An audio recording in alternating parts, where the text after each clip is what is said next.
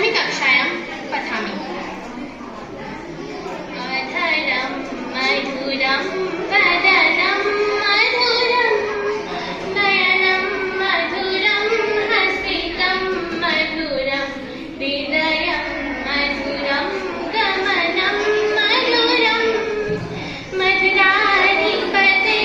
अखिलं मधुरं वचनं मधुरं चरितं मधुरं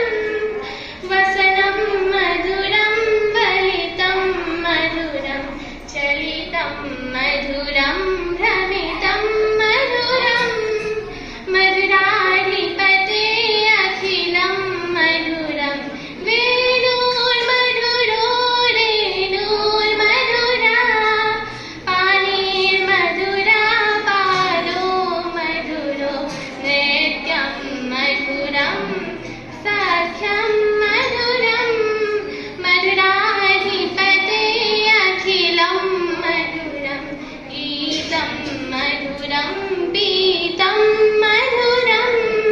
भुक्तं मधुरं सुप्तं मधुरं रूपं मधुरं तिलकं मधुरं मधुराधिपते